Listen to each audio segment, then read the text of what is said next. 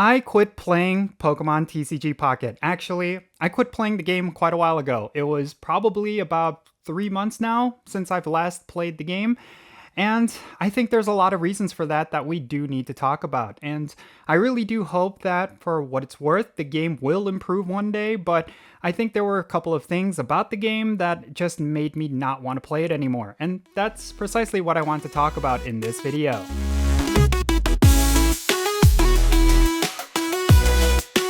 Alright, what's happening everyone? Jinsula here with a brand new video. This is not a Pokemon Go video, and this is actually about a game that I used to play. And yeah, I really hope your day is going really well, so let's get right into it. So, there is a Pokemon game that has had some relative success. I think a lot of players played this game at one point or another, and it is TCG Pocket.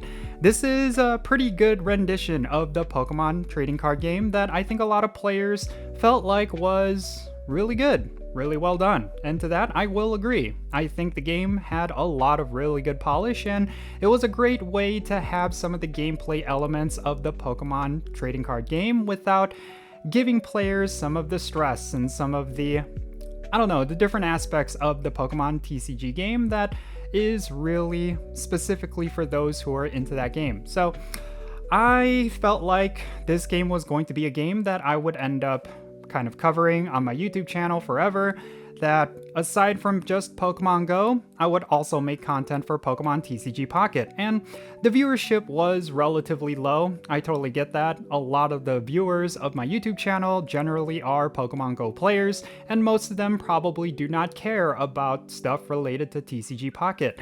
However, I did felt like there was a lot of potential, and in general, I was enjoying the game, so making content for it was a lot of fun.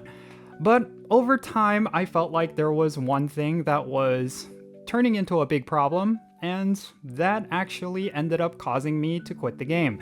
And that is, of course, the constant releases of new sets. I felt like every time they released a new set, it was just incredibly overwhelming, and the frequency of them releasing new sets and new mechanics was just astronomically high.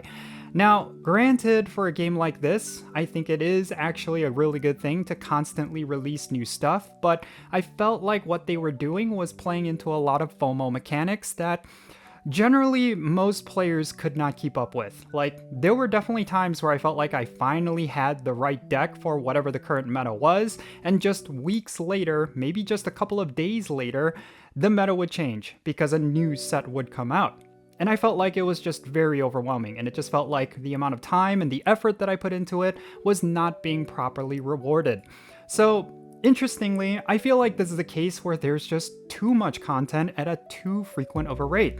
For most mobile games, that's usually the issue that they have, where they just do not have enough content and players do get bored with the game. But I felt like for this game, it was kind of the opposite. There was just too much going on at the same time. So, I think this is a very strong lesson that could be learned. I think one of the things Pokemon Pocket could do is just slow down on the releases. Just let some of the cards just let them cook in the oven. Like, that's the best way I could put it. Now, on the flip side, when it comes to Pokemon Go, I think they're doing a really great job with their content releases. I think if you've been paying attention to that game, you would see that Niantic, the developers of Pokemon Go, ever since they got took over by Scopely Inc., they've been giving us a steady stream of content and allowing that content to kind of sit there and be enjoyed. And in general, I think they've been doing a really great job. And if they were to release a whole bunch of content all at once, I think players would definitely feel overwhelmed. And I do think they're doing a much better job than when the game first came out, where they lacked a lot of content. So yeah, this is just very interesting because on the one hand, I do think that with TCG Pocket, it still has a lot of potential to be a great game. But on the other side, I do feel like what they need to do is kind of slow down. And maybe the pressure is that if they do not release more content, they're not going to make a lot of revenue.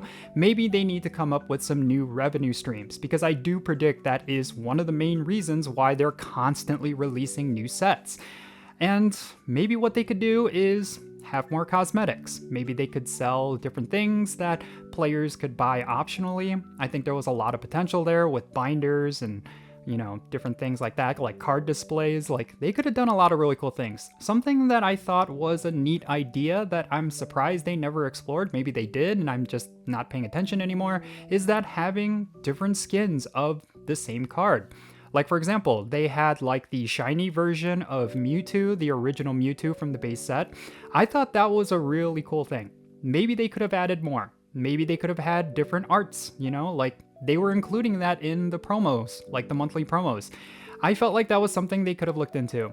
And I think a big part of it is that it shouldn't be FOMO mechanics where you have a very limited time, and if you do not get it within that limited time, you're going to miss out on it and you're gonna have holes in your collection. I thought that was something that was incredibly annoying, and really it did deflate me because I would miss a promo card and find out that I probably won't be able to get it ever again, and then it just kind of deflated one aspect of the game, which was the collection aspect.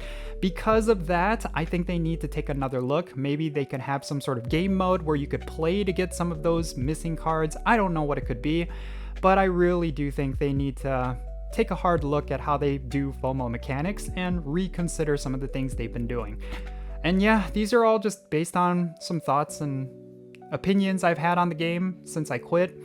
Again, maybe some of the stuff has been addressed. Maybe there is some things in Pokemon Pocket where there is less FOMO mechanics, and maybe they are bringing out sets much less frequently. I don't know what the case may be, but as of right now, it's been really hard for me to have any interest in Pokemon Pocket. I think even with some of the new sets, yes, the cards are interesting, some of the new mechanics are interesting, but it's just not enough to get me back into the game. So hopefully they'll figure something out, because I think this applies to a majority of people who did pick up TCG Pocket initially and they just no longer care anymore. So yeah, that's pretty much going to be it for this video.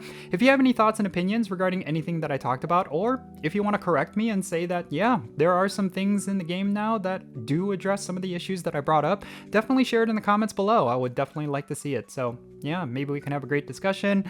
And also let me know if you're still playing TCG Pocket and give me an idea of what it's like. Yeah.